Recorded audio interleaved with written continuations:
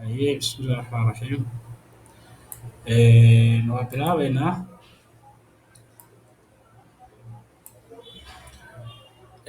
بسم الله الرحمن الرحيم. maanta casharkan wuxuu ku saabsan yahay haddii ilaahay yidhaahdo casharkii afraad weeye. wuxuu ku saabsan yahay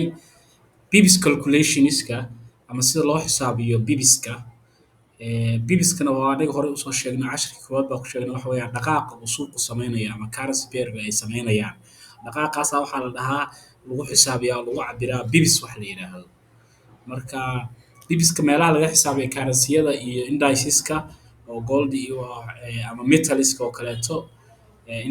gold ma ahan indices waa metal.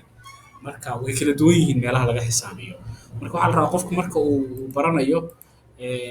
aad bay u fudud oo horta wax dhib lama ahan. waana inuu ogaadaa sidoo kaleeto in maaragtay xisaabtooda hadda aan aad loogu baahnayn. sababtuna waxay tahay waxaa ka xisaabsan kartaa oo ka fiirin kartaa inta bibis ay noqonayso rabti u baahan tahay. 3D view-gana waa ka fiirin kartaa sidoo kaleeto MT5-ka oo hadda noocan dambe ahna wuxuu leeyahay meelo la jiijiido oo meesha aad dhigatid number of bibiska iyo lacagta kaa go-aysa wixii oo dhan waa arki kartaa. laakiin mararka qaar waa isaga baahan tahay wixii aqoon ahaan inaad u baratid. marka bilis calculation baa baranaa sidoo kale waxaan baranaa waxa la yidhahdo lot size. lot size-kuna wax kale ma ahane waxa weeye lacagta aad suuqa markaa dhiganaysid oo inta ay noqonayso lacagta suuqa marka aad dhiganaysid. oo tusaale ahaan qofka $100 suuqa ay ugu jirto akoonkiisa iyo qofka ay ugu jirto $1000 ama 10,000 oo dollar isku lacag suuqa kuma geli karaan. oo dee ama brokerkii meesha lacagta kusoo wataa kaa diidaya ama wuusa kuu furmaynba. bibis lot size-kaas iyo lot size-kana inta badan waxaa xadida waxa loo yaqaano leverage. leverage-kana waxa weeyaan awoodsiin uu ku awoodsiinayo brokerka aad lacagta ku shubatay adiga oo lacagtaadu yar tahay inaad lot weyn qaadan kartid. inta badan inay ku dhibto maahane wax faa'iida ma keento. marka mar walba lot size-ka loogu talagalay marka risk management-ga laga hadlayo khasaaraha aad geli kartid inaad minimize geliso oo yaraysid waxay ku xiran tahay lacagta ay kugu jirto. waa arki doonaa iyadana insha Allah lot size-ka ugu fiican mid walba. marka what's bib hadda ka hor waa marka waa soo sharaxnay probably waxaan nidhi you have probably heard of terms of bibis ama points ama bibates. labadaas inaad maqashaa laga yaaba. marka pointsna marka qaar waa la dhahaa ama bibis baa la dhahaa ama bibateskuna wax kale maahane waa bibkii oo 10 marka loo qaybiyo waa bibates la dhahaa. waa inta ugu yar ama 10 marka loo qaybiyo tusaale ahaan bibku markuu hal yahay bibatesku wuxuu noqonayaa 0.1 halka bibate noqonayaa. marka bibatesku waa bibkii oo 10 loo qaybiyey. aan lots inaa maqashay baa laga yaabaa thrown around marka suuqan ku dhex jirtay intaasoo points intaasoo bibis waxaasaa maqlaysaa. now we are going to explain what they are and show you how their values are calculated. marka hadda waxaa ogaanaynaa sida value-goona loo xisaabiyo ay u xisaabtami karaan loo xisaabin karo ayagoo beariska ay kala duwan yihiin beariska lagu trade gareynayo marka ay kala duwan yihiin. tusaale ahaan the unit of measurement to express the change in value between two currencies maxaa la dhahaa waa hadda intaa sheegayna measurement-ga lagu cabiro janjiga ku dhacay currency pair ama two currency inta badanna hal currency laguma trade gareyn karo oo ma oran kartid GBP kaliya aan ku trade gareynayaa. marka forex laga hadlayo maadaama waxaan exchange yahay waa inay laba lacagood mar walba noqdaan. marka labada lacagood dhaqaaqa ay sameynayaan markuu value exchange dhaco oo qiimaha ay ka dhaqaaq ay markaas ahaayeen qiimo kale ay isku bedelaan markaasaa waxaa la dhahayaa bib buu suuqii dhaqaaqay. marka a bib is usually the last decimal place of a price code. bibiskana inta badan waxaa laga isticmaalaa oo laga xisaabiyaa last decimal pointska u dambeeya 0.01 hadduu yahay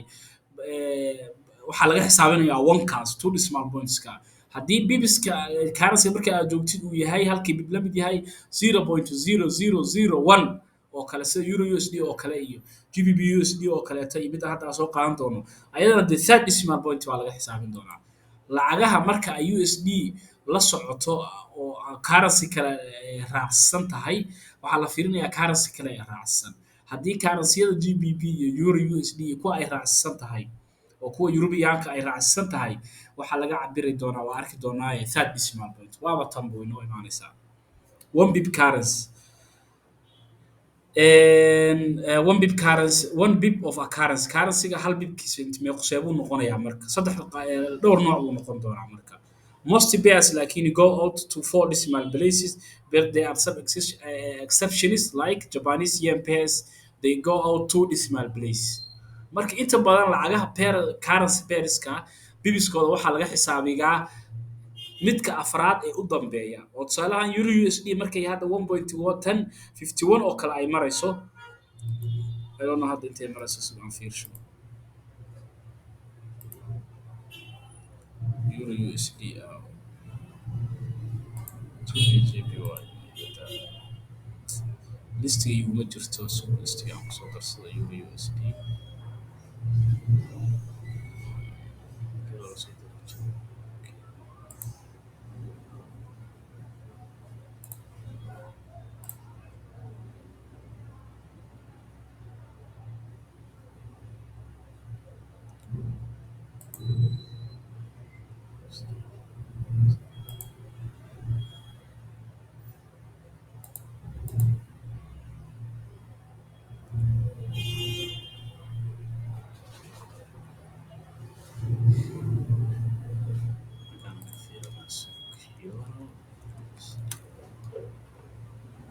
hadda waa 1.17 bay la mid tahay laakiin marka casharkan tusaalaha usoo qaadanaya malaha halkaasuu marayay marka xaggee laga xisaabiyaa one boss ka u dambeeya oo afraad waa laga xisaabinaya that means macnaheedu muxuu noqonayaa marka 0.001 baa wuxuu la mid yahay 1 bib oo tusaale ahaan haddii meeshaas hadda 5 ay noqoto adoo suuqa buy ugu jira ay 5 noqoto bimacnaa 5 bib suuqa ku dhaqaaqay waaye okay x marka see ku ogaanaysaa tusaale ahaan 30 bil oo kale u baahan tahay waxaana ogaatay waa xisaabta basic ahayd haddii ay 0.001 bil la mid tahay 30 bil meeqay ku noqon kartaa saas oo kale u xisaabsanaysaa marka 30 bil meeqay ku noqonaysaa saanay ku noqonaysaa markay meeshaas noqoto 10 markay noqoto markaasuu 30 bil suuqa dhaqaaqay waana markaa ugu jirtid 30 bil oo hoos u dhaqaaqa oo sell buu aaday macnaha qiimo dhac baa lacagta ku dhacay waaye soo ma ahan haddaa buy ugu jirtina soddonka bib tusaale ahaan GBP USD aa buy ugu jirtaa waxaana ka gashay meeshaas buy aa ugu jirtaa TB-gaaga waa TB-gaaga waa 50 bib marka suuqa haddaa buy u gashid euro USD oo kale markay saan tahay haddaa buy u gashid maxaa rabtaa inay korodhaa rabtaa hadday marka kordhi weydo hoos usoo socto khasaaraa gelaysaa waaye macnaheeda okay marka hadda tusaalahan oo kale fiiri GBP USD baa waxaa ka baa waxaa ka gashay marka may xaggan aan akhriyo wax yar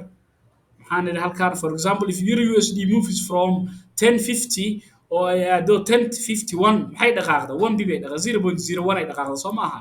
markaas maxaan dhahaynaa in value it's 1 bib ay la mid tahay so if you want to trade euro USD and got a profit of 30 bibs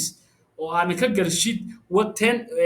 1.1080 you either add your value initial 30 baa ku daraysaa 30 bil baa ka rabtaa haddaad rabtid inaad profit heshid waayo oo buy ugu jirtid waa baran doonaaye waa arki doonaa insha allah tusaalayaashaan ku arki doonaa suuqa marka aad rabtid markaa buy ugu jirtid haddii aad rabtid inta profit oo aad rabtid inaad ogaatid profit TB-gaaga meesha aad dhiganaysa waa ku daraysaa plus aa leedahay SL-kaagana waa ka jaraysaa inta bil aad rabtid inuu SL-kaagu noqdo okay buy aa u gashay suuqan haddaad rabtid suuqan inuu faa'iido uu ka hesho waa inuu profit waa inuu ku darmaa bibiska ay kor aadaan oo tusaale ahaan halkaan oo kale ka gashay ama GBP USD oo kale halkaan ka gashay buy aa u gashay waaba tanaaba tusaalaha marka xaggan aan dhameeyo the same will be if you make your SL 30 bibs which is will be waxay noqon doontaa isku mid marka haddaa 30 bib u baahan tahay oo profit aad rabtidna buy ugu jirtidna waa ku daraysaa haddaa rabtid 30 bib oo sell aad ugu jirtidna maxaa samaynaysaa si aad 30 bib u heshid waa ka jaraysaa intay kuu noqoto 0.003 markaa ka jirtid baa qoranaysaa oo meeshii loogu talagalay TB-ga aad gelinaysaa TB-ga SL si loo habeyn karana waa kana tusaalaha koowaad okay the SL will be tusaale ahaan xaggaan oo kale ka gashay soo maahan 30 biba weeye SL-kaagu TB-gaaguna wuxuu noqonayaa meeqo ama waxa ka gashay waa tara meesha ka gashay 1.1050 aa ka gashay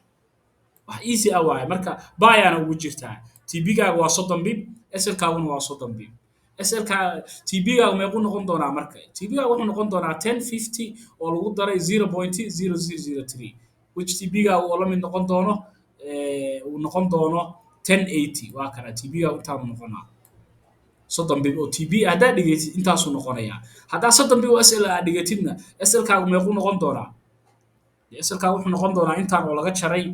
aawa meesha ka gashay 0.01050 oo laga jaray 0.0003 maadaama SL uu yahay oo suuqa hadduu hoos soo aado macnaa waa khasaartay waaye waa annagii sheegno oo suuqa laba jiha loo galaa ama buy aa loo galaa ama maxaa loo galaa sell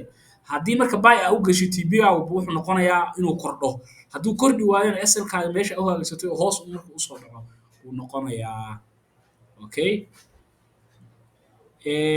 marka SL-kaagu muxuu noqon doonaa haye GBP USD baa aadanaa tusaalahan kala fiiri marka GBP USD baa waxaa ka gashay 225.47 GBP USD hadda waxay maraysaa let me check meeshaan maxay ku jirtaa GBP maxay ku jirtaa GBP P USD hadda waxay maraysaa 1.34 something afraad ma sii raacsanaa 44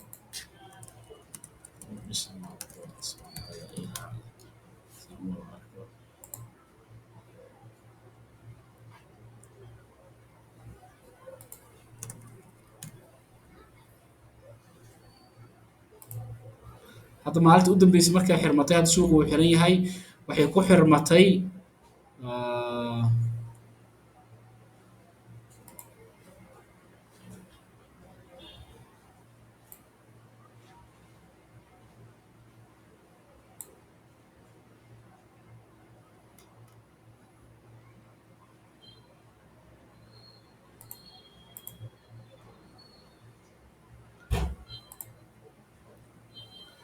waxay ku xirmatay 1.3439 ay ku xirmatay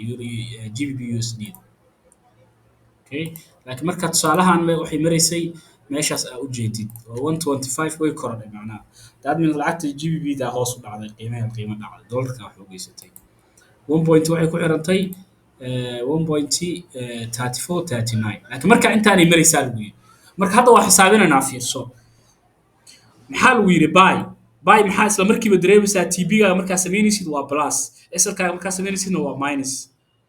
buy aa suuqa u gashay halkaasaa ka gashay waxaa lagu yiri waxaa lagaa rabaa TP-gaagu inuu 50 bip inta badan waa in TP-gaagu inay faa'iidada badataa khasaaraha khasaaranaysid waa inuu yaraadaa TP-gaagu waxay noqotaa waa inay noqotaa 50 bips SL-kaaguna waa inuu noqdaa 20 bips waana GBP USD marka intaas maxaa ku garanaysaa ko waxa ogaatay markii lagu yiri buy waa inaan niyadda ku haysaa TP-gaagu profit wuxuu noqonaa plus waa ku daraysaa number of SL waa lagu siiyey number of SL waa lagu siiyey inta dib u noqonayo waxa kaloo lagu siiyey currency marka lagu siinayo macnaheedu waxa weeyaan meesha laga xisaabiyo waa inaa ogaataa most decimal point maxaa niri waxa laga xisaabaa currency pairska marka laga reebo GBP-ga GBP kuway la socoto JPY kuway la socoto waxa laga xisaabaa fourth decimal point marka maadaama GBP USD lagu siiyey JPY-na ay meesha ku jirin maxaa ogaanaysaa fourth decimal point yaa ka xisaabiya saana u xisaabaya marka maxaan dhahayaa maadaama ay fourth decimal point oo 1 bip intaa la mid yahay 50 bip meeqa uu noqonayaa waa intaan oo lagu dhuftay konton oo la mid ah intaanay laba mid noqotay TP-gayga marka maxaan samaynayaa TP-gayga maadaama aan haysto meesha aan ka gelayay oo ah interigi waa kana TP-giina intuu ii noqonayo 50 bip intaan ii noqotay waa ku darayaa TP-gayga muxuu noqonayaa 1.2597 laakiin hadda waxaan ku iri looma baahna oo waxaa la soo qaataa trading view waa arki doonaa sida loo fiiriye hadda marka cashka dhamina ayaan tusayaa qaabka baan ku tusayaa sida loo saaro iyo waxaas iyo si aad number of bibiska u aragtid marka hadda waagi hore laakiin waa la xisaabin jiray oo MT5 ko kale ma lahaan jirin qofku trading view inuu tagana waxaasna waqti ay u baahnaan jirta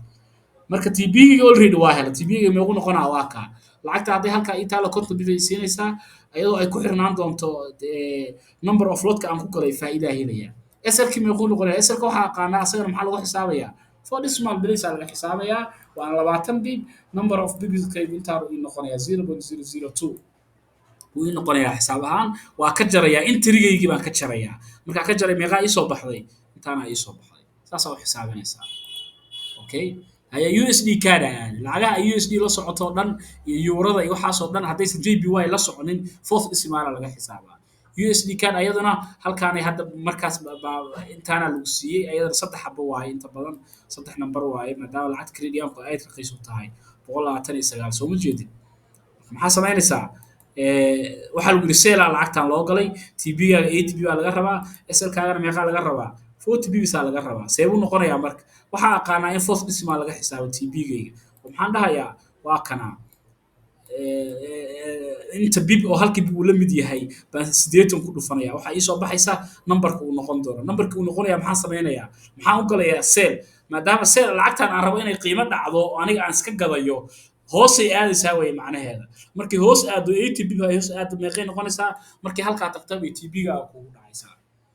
marka maadaama lacagtan asil ugu jirto asalkaagu muxuu noqon doonaa asalkaagu waa hadday lacagtan kor aado qiimo yeelato dee waa khasaaraysaa ilaa adu waxaa saaraysaa lacagtan inay qiimo dhacaysay marka maxaan dhahayaa halkii bib intuu la mid yahay aqaanaa 40 bib aa meesha iigu qoran intaana ii noqotay maxaan samaynayaa waa ku darayaa maadaama lacag sale aa ugu jiro asalkaygu meequu noqon doonaa intaan oo lagu daray intaanuu noqday kadibna intaanay noqotay 129.94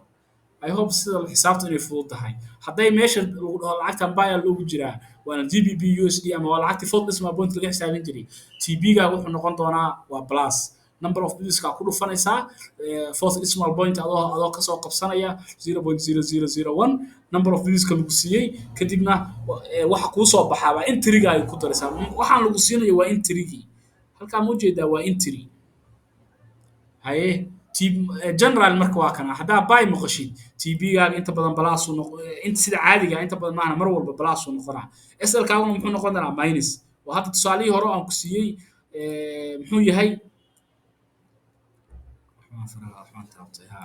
tusaalihii hore aan ku siiyey wuxuu ahaa anoo buy u galay tusaalaha labaadna muxuu yahay waa anoo sell u galay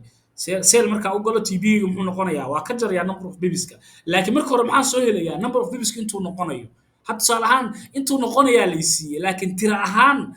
si aan ugu adeegsado intrigaygii ma hayo marka waa inaan soo saaraa oo maxaan dhahayaa first decimal placeska waxaan ku dhufanayaa number of bibiska la siiyey uu ii soo baxayaa kadib intaana ii soo baxaysaa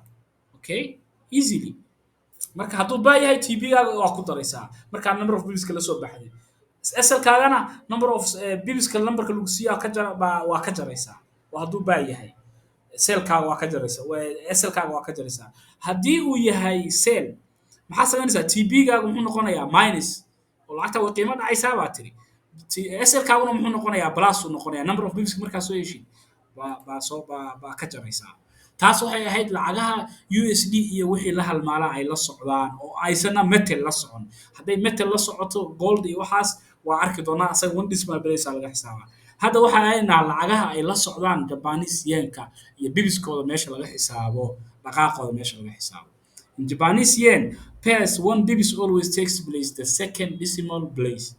Japanese yen lacagaha ay la socdaan waxa inta badan laga xisaabaa second decimal numberka labaad baa laga xisaabaa bibiskiisa laga tiriyaa this means one bib of Japanese yen pairs is equal to 0.01 kii hore fourth decimal ku ah kan waa two decimal place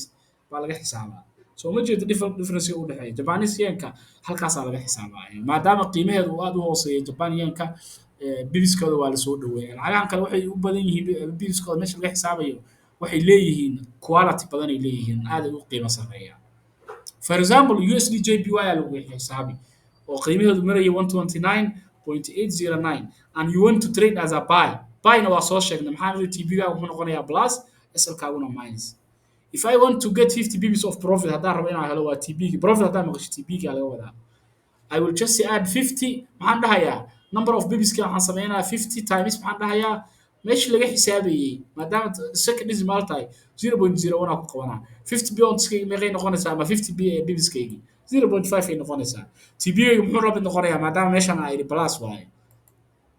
waa ku darayaa de meesha 129 entry ay haysan ku darayaa meeqa ay noqoto 50 bp haduu dhaqaaqo suuqa wuxuu tagayaa halkaas markuu halka tago waa inuu iga saaraa okay broker waa inuu suuqa ka xiraa hadii marka you will also subtract 0.03 if you want to tie your SL hadaa SL ka gartina 30 bp ka dhigtid maadaama aad ogaatay 50 bp 0.5 la mid tahay de 30 bp na meeshan u battery ka dhigaya waxay ii noqonaysaa 0.03 marka maxaan sameynayaa waa la soo baxaya 0.01 aad taad ku dhufanaya 0.3 bay noqotay maxaan sameynayaa SL kaagi maadaama uu ugu jiro waa ka jaraya profit maadaama aan ugu jiro sell waxaan ka wadaa buy ugu jiro SL-kayga waa ka jaraya marka entry-ga aan haystay oo ahaa 129.809 baa ka jaraya waxa ii soo baxaysa 129.509 okay if I am trading in buy session my TB will be added intii hadda aan soo sheegay waa ku daraya and my SL will be subtracted haddii aan buy ku trade garaynayo maxaa sameynayaa TP-gayga inta badan ama sida caadiga always waa ku darayaa bibiska aan haysto markaan la soo baxo kadib haddii aan sell ku trade garaynayna my TP will be subtracted waa cagsigeeda oppositekeedii waxaan marka aad isku muuqul cashka markaan soo diray haddaa rabtid meesha aan kasoo qaaday xogta bibis waaye meeshaas aad uga sii akhri kartaa wax tiro badan iyo faahfaahin tiro badan buu sii gelayaa anulaak waa soo gaagaabinay qaybta saddexaad waa meesha waa ayadana la xisaabo bibiska qaybka loo xisaabay aan ku baranayno waa goldi goldi asagu maadaama uu yahay metal wuu ka duwan yahay okay mar walbana niyadda ku hay waxaan aad ha isugu wareerinin way fudud tahay xisaabteeda mt5 kaga xisaabtiisa ka arki kartaa sidoo kale trade view-ga marka hadda cashka dhammeynaan baa idin tusi doonaa meel laga xisaabiyo mastarad camal ahaa ku dhufanaysaa waa cabiraysaa marka TP-ga waxa SL-kaaga maca lacagtaada number of bills-kaaga intay noqonayaan SL-kaaga markaa rabtid inaad dhigto xaggaasaa ka fiirin kartaa marka hadda cashka dhameeyo baan geynayaa share inaan sameynaya hadda maadaama aan one time shares ka badan aan samayn karin aan rabo inaan hal xabo share gareeyo okay gold asaga xagee laga xisaabaya asaga waxaa laga xisaabaya one decimal gold is another wall when it comes for bibis calculation in gold one bib is equal to 0.1 uu asaga lamid yahay soo ma jeedi zero asaga one bibis wuxuu lamid yahay 0.1 uu lamid yahay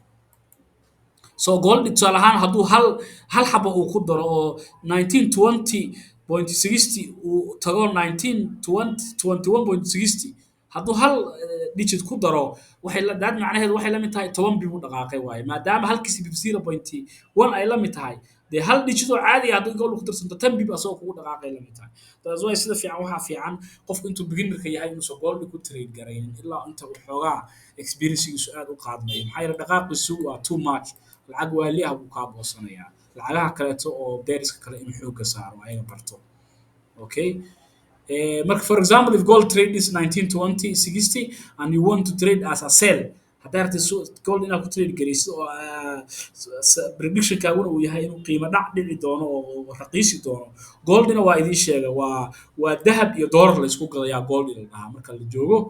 forex-ka okay saas niyadda ku hay gold haddaa maqasho waa gold iyo dahab iyo lacagta doolarka la isku gaday marka maxaan idhi for example 1920 60 aad rabtaa inaad ka trade garaysid sell aad rabtaa inaad u qaadatid 60 bib oo profit aad rabtaa inaad heshid saana u xisaabinaysaa marka maxaan sameynayaa maadaama number of bips uu 1 yahay 60 aan ku dhufanaya maxaa soo baxaya 6 then you subtract si aad TP-gaaga u hesho maxaa sameynaysaa subtract the entry price to 6 aad ka jaraysaa marka intaana waxaan ka jarayaa 6 maxaa soo baxaya 1914.60 SL-kaagu noqonayaa waxaan ka wadaa TP-gaagu noqonayaa haddaa rabtid inaad SL miyuu sheegay 23 SL-kaaguna 30 bii uu noqday TP-gaaguna inaan meeshan ku sheegaa xaggaana ka dareemaa inuu marka SL-kaagii hadduu 30 bib asagana ugu tala gashayna maxaa samaynaysaa maadaama aad sell ugu jirto SL-ka waa ku daraysaa haddii marka 30 mardaa bib haddaan ku daro haddaa ogaaday inay 60 bib aan 6 ay noqotay SL-kuna uu 3 uu noqonaa 30kii marka taa waa iska garan kartaa hadday 60 bib ay 6 la mid tahay 30 bib 3 bay la mid noqonaysaa marka waa ku darayaa maadaama aan trade sell ugu jiro si aan u helo SL-kayga aan u helo marka not to be taken maxaa waaye I'm not recommending to trade gold waa inta hadda idiin sheegayay if you are newbie haddaa cusub tahay gold ha ku trade garayn tan oo kaleetana fiira hadda entry 1940 waaye meesha aad ka galaysid baya 70 bib rabtaa SL-kaagana 35 inta badan SL-kaaga waa inuu mar walba noqdaa ama la simaa khasaaradaada ama la ka yar yahay laakiin khasaarahaagu haddaad trade aa aragtid SL-ka inaad dhigan kartid in ka badan 70 bib targetkaagu aad ka heli kartid inuu 70 bib yahay waa inaad trade-kaa gelin because trade-ka hadduu khasaaro waxaa niyadda ku haysaa trade-ka hadduu khasaaro waa inuu khasaariyaa inta aan faa'iidada sugayay in ka badan in ka yar hadduu ka badan khasaarinayo dee ma gelayo trade-ka caqliga caadiga haddii kale hadhow overall-kaaga wuxuu noqonayaa dee haddii mar walba khasaaradaadu badnaato wuxuu noqonayaa inaad mar dhow khasaaro kala tagtid suuqaaga wax faa'iida ka sameyn marka mar walba waxaa la rabaa SL-kaagu inuu yar yahay 30 ilaa 35 bib ilaa 40 bib inuusan ka badanba sidaadaba aslanba hadduu markuu 40 bib noqonayana waa inuu ugu yaraan taariikaaga for profit aad ka heli kartid waa inuu 40 bib yahay haddii laakiin 40 bib SL taariikhu ugu soo horeeyo aslada suuqa uu ka soo noqon karaana ay noqoto 35 bib ama 30 bib ma gelisid trade-ka maxaa yeelay khasaaradaadii baa badnaanaysa haddii kale hadhow marka la isku wada xisaabiyo trade badan aad qaadatay minus aad ku jiri doontaa marka mar walba waxaa la rabaa inuu TB-gaagu weyn yahay oo badan yahay. haye TB-gaagu meequu noqonayaa marka maxaa ugu jiraa buy markaa ogaatid markaa soo xisaabsatid maxaa samaynaysaa 35 pip meequu noqonayaa marka TB-ga waa iska ogaan karaa dee maadaama ay 70 maxaan ku darayaa 0. waa ku dhufanayaa 0.01 aan ku dhufanaa 7 uu noqon doonaa marka 7 kii aan ku darayaa maadaama ay buy loogu jiraa suuqa SL-kuna 35 uu noqday maxaan sameynaa 0.01 aan ku dhufan doonaa meeqa isoo baxaysa 3.5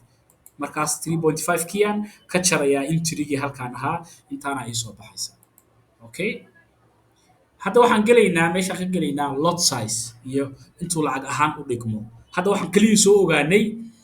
meesha aan ku tusaalayaasha dhan kusoo ogaanay maxaan ku dhahay bibiskii marka bibiskii hadda bibis ahaana ogaanay laakiin bibiskan marka lot size-ka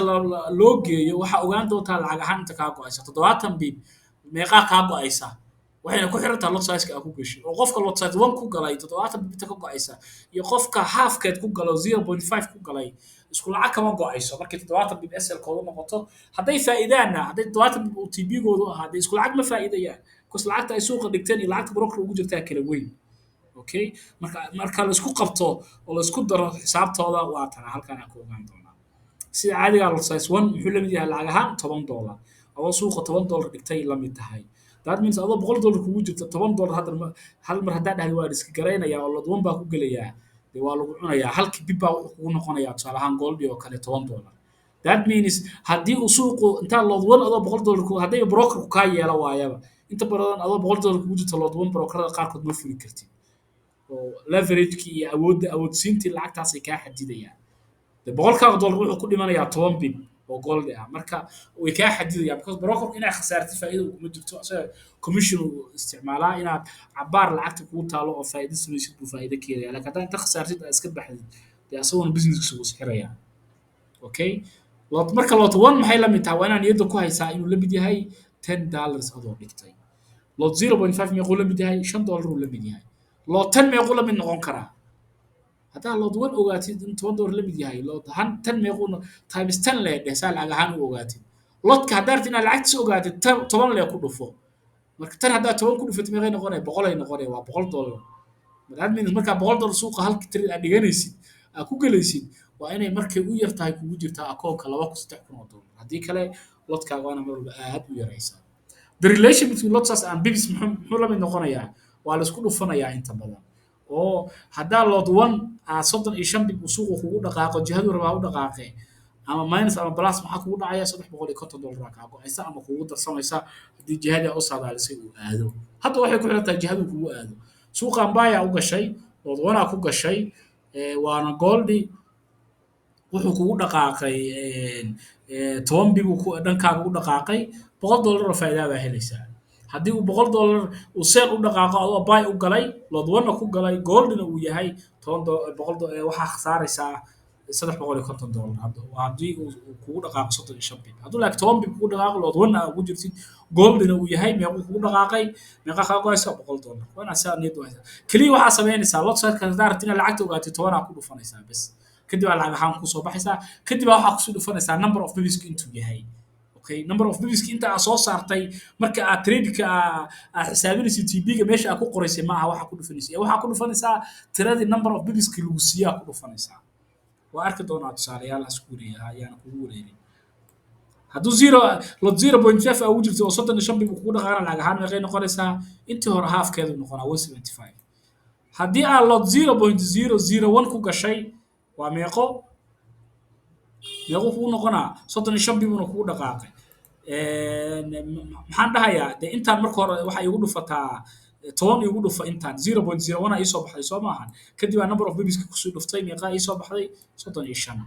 lot 10 aa ku gashay 35 uuna kugu dhaqaaqay same 35 tii kugu dhaqaaqay meeqaa kaa go'aysaa 3,500 marka waa ujeedaa si uu lacagta badan kaaga goosanaya mar walba aa lotka weynaysid marka always lotkaaga waa inuu yaraado waxaa awoodi kartid waa inaad dhumisaa haye scenario-dan labaad fiiri waxaan isticmaalayaa 0.5 TB-gayga waxaa idhi waa 50 bib SL-kayguna waa 20 bib soo maaha lotka isticmaalayna waa 0 maxaa meeshaan haystaa number of bibiski waa haystaa TB-ga aan rabo inaan ka dhigto number of SL na waa haystaa aan rabo inaan TB ka dhigto bahalkiga maxaa ahaa SL-ka lotkiina waa laysiiyey waxaan rabaa inaan xisaabiyo lacag ahaan inaan u xisaabiyo profit iyo loss waxa aan khasaarayo iyo waxa aan faa'iidayo haye 0.5 50 b baa ku dhuftay 50 b markaa 0.5 ku dhufanaya maxaa sameynayaa marka hore maxaa sameynayaa lacag ahaan si aan u helo maxaa sameynayaa 0.5 kii waxaan ku dhufanayaa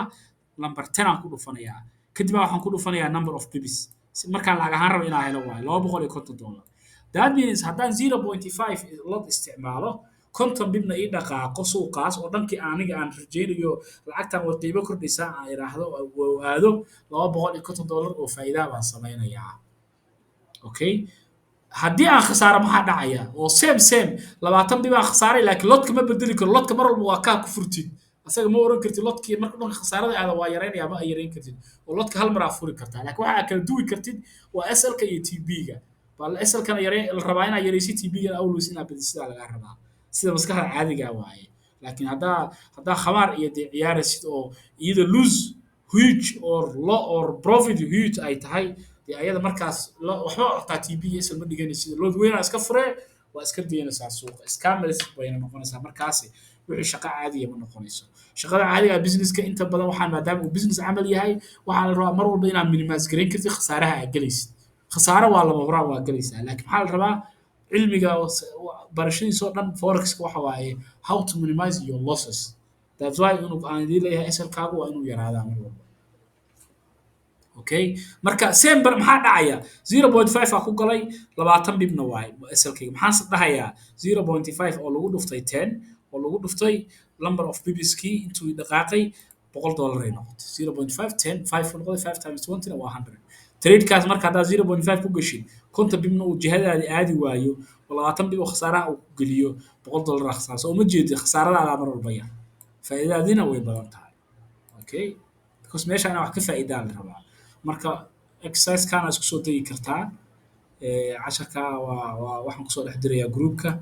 taasuu noogu eegyahay maanta bibiskii aan qaadanaynay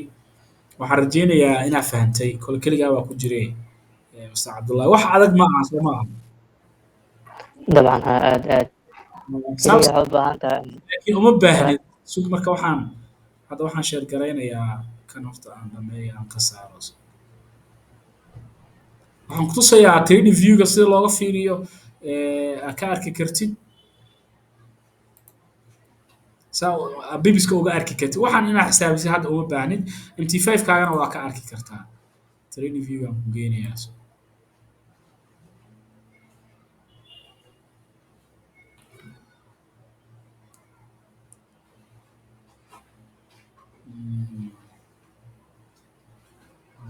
okay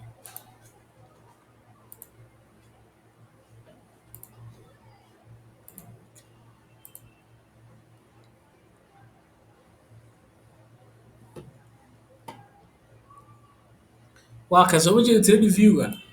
marka asaga rabtid inaad ogaatid bahal masarad oo waxaa jirta lagu ogaado masaradaas camal ma jeedaa meesha ku taala oo saa u qaloocan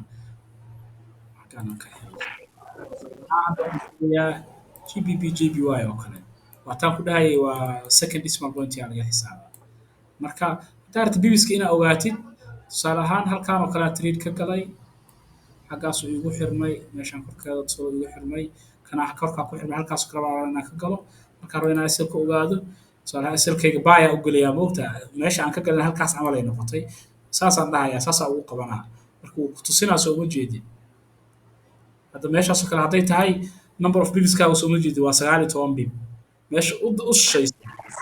asaga automatic u sheegaya miya inta badan asaga kuu sheegayaba haa MT5-kana waa la mid saasaa u qabanaysa trade tusaale ahaan markaa geshid oo kale asaga markaa trade-ka geshaa arki kartaa kan intaada gelin laa arki kartaa haddaa rabtid xaggaa ka gelaysaa laakiin halkaana ka xisaabsanay soo ma jeedo SL-kaaga wakaa 19 bib waaye meeshaa dhiganaysid marka waa inaad ogaataa SL-kaaga halkaasaa dhigan doontaa waxa kaa go'i doona waa 19 bib TB-gaagana waxaa samaynaysaa ayadana waa cabiraysaa oo tusaale ahaan ilaa halkaan oo kalaa rabaa inaa hayo waa ku dhufanayaa meeshaas meeshii aan ka galay oo iga fur aan rajaynayo inuu iga furmo baa fiirinaya halkaan oo kale aan dhahayaa TB-gaya wuu ii sheegayaa 31 meesha u shaqaysa soo uma jeedin meeshaasuu kaa tusayaa TB-gaaga marka calculationkan iyo waxaan iyo haddaa ku wareegtid waa iska dayi kartaa laakiin inaad iska baratid way fiican tahay oo tusaale ahaan marka qaar interview ma kor joogi kartid markaas camal laakiin waxaa ka xisaabsan waxaa ka arki kartaa lacag ahaan laakiin kuu tusayaa trade MT5-ka laga isticmaalayo taleefanka taleefon lacagta kaa go-ayso ku tusinayaa oo meeshaan saas oo kale usoo jiidaysaa sug bal inaan computerka ka furi karo ها waxaan gelayaa BTC oo hadda maadaama uu maanta suuqu xiran yahay so waxaan soo karanayaa MT5 BTC oo kale aan gelayaa oo dheemo ah dheemo waa garanaysaa soo ma طبعا ها ها kunkaan joogo yahay kunkaan lifekaygiisa aan bedelo